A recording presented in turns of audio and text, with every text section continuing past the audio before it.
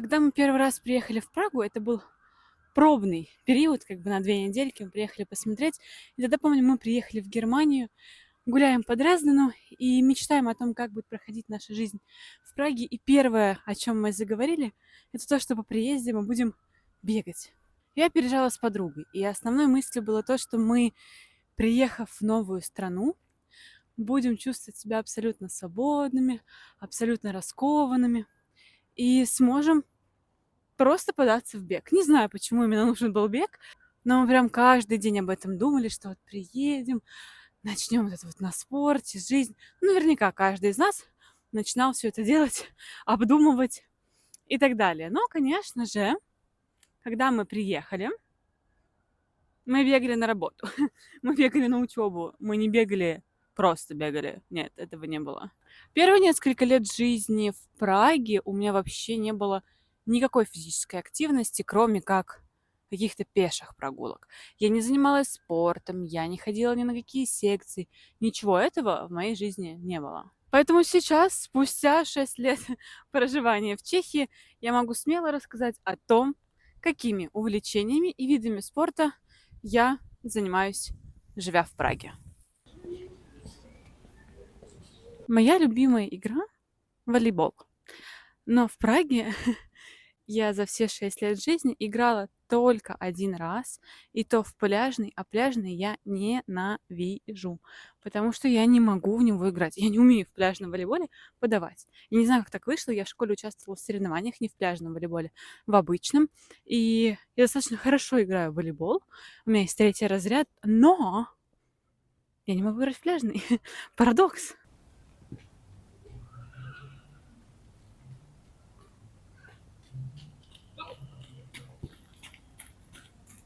В Праге существует секция по волейболу, их наверняка не одна, но просто ту, которую я знаю, она русскоговорящая в большинстве своем. Конечно, там есть, скорее всего, и англоговорящие, чехоговорящие, ну, другие языки тоже, скорее всего, присутствуют. Я каждый раз хотела туда пойти, но я так поняла, что у них, как правило, они играют в пляжный волейбол, а я пляжный волейбол не люблю. Плюс, да, возвращаемся к тому, что я интроверт, и мне тяжело идти на контакт с людьми, и уж тем более идти куда-то с ними играть, показывать там что-то.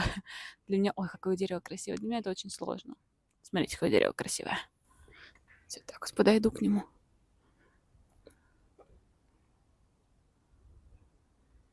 Здесь одно, и вон там второе. Класс.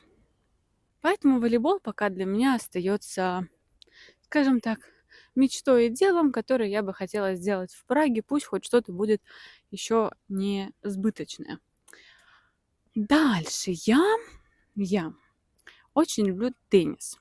Я не хожу специально заниматься теннисом, но если ко мне приезжают мои знакомые, подруга, то мы иногда можем походить и поиграть в него. Примерно со школьных времен, класса с 8 меня познакомили с настольным теннисом. Помимо большого, да, мне нравится играть еще и в настольный теннис. Ам, У меня были в школьном возрасте соперники, которые меня как бы учили, как играть. И сейчас, когда ко мне приезжал брат этим летом, мы все лето играли в настольный теннис. Это очень классно, потому что, во-первых, ему нравится, во-вторых, мне нравится. И у меня есть подруга, которая всегда выигрывает.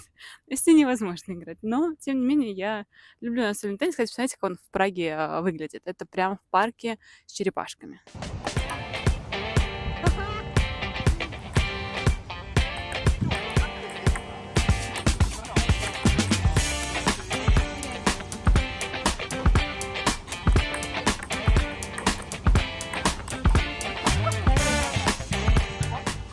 Я больше человек волейбола, не баскетбола. В баскетбол я в школе играла совсем чуть-чуть, и у меня не то чтобы супер получалось. Хотя меня как-то звали в команду по баскетболу, но мне не очень нравится эта игра. Этим летом, когда опять-таки у меня был здесь брат, мы решили пойти поиграть в баскетбол, но мы играли не как бы не друг против друга, а, по-моему, называется 33, когда вы там мячик бросаете просто в сетку. Прикольно. Прикольно. У меня, оказывается, около дома есть сразу 3 места, куда можно пойти, но они часто заняты. Поэтому мы часто либо присоединялись к тем людям, которые там играли, ну, я просто сидела и играла в этот момент, либо шли на другую локацию, ну, либо, соответственно, в этот день не играли. Покажу вам сейчас видео. Это место находится а, Порукашка, парк Порукашка, остановка трамвая Ольшанска.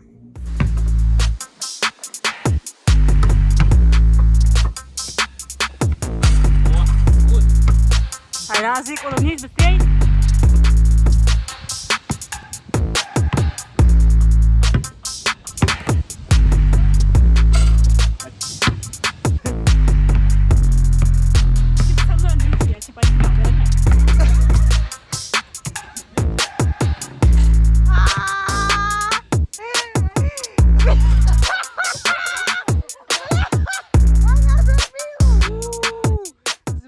И есть, конечно, еще один вид спорта, назовем его так, который мне больше всего нравится в Чехии, это велосипед.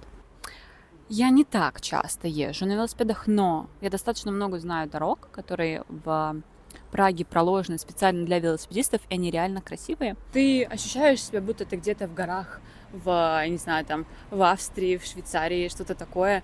И там действительно одно удовольствие кататься, потому что там нет людей, там просто, ну, я имею в виду пешеходов.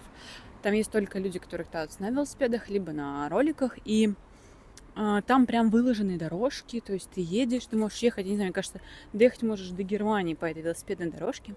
Помимо этого, есть отдельное приложение, которое я оставлю в описании, с тем, какие маршруты велосипедные есть в Праге, и это супер удобно. Мне кажется, если у вас есть велосипед, вы можете добраться вообще куда угодно. У меня был знакомый, который ездил, не знаю, там по 50, по 70 километров на велосипеде. Для меня, конечно, это огромные цифры, для него, я думаю, это была норма. И он так изучал города, изучал Чехию, он выезжал в другие соседние страны. И как бы ему было окей. Для меня все-таки велосипед, наверное, это такая прогулка на часик, на полтора. И поэтому, как правило, я выбираю красивые маршруты, а не где-то там ехать, где не пойми что, лишь бы куда-нибудь приехать. Поэтому велосипеды больше, да, такое, наверное, летнее развлечение для меня, потому что потом холодно. Я люблю, когда теплышко, когда можно загорать в параллель. Блин, кстати, сижу в парке, здесь вообще никого нет. И, кстати говоря, о видах спорта, видите, здесь тоже стоят разные штучки, чтобы можно было заниматься. Вот на этом, кстати, столике мы играли, я показывала несколькими минутами ранее. Вот. В общем, велосипед — это супер развлечение, если вы хотите просто, да даже если вы хотите просто свой мозг немножко опустошить, скажем так. Одно время я мечтала ходить на секцию по кикбоксингу. Но сейчас я понимаю, что, скорее всего, это мое желание 8 класса. Мне еще хотелось просто на бокс ходить. Я хожу иногда на йогу, но в последнее время предпочитаю йогу делать сама дома, потому что, ну, в целом это для меня одно и то же, так как когда ты приходишь на занятия по йоге, тебя, по крайней мере, на тех занятиях, в которых я была, тебя не ставят в правильную позу. То есть, по факту, ты, грубо говоря, также смотришь на видео, типа, понимаете, только вживую. Это видео как бы 3D, назовем его так. И я не вижу смысла за это отдавать деньги, потому что в целом есть гораздо большее количество приложений, видеоформатов в удобное время, в удобной обстановке, с удобной музыкой, благовониями, всем чем угодно.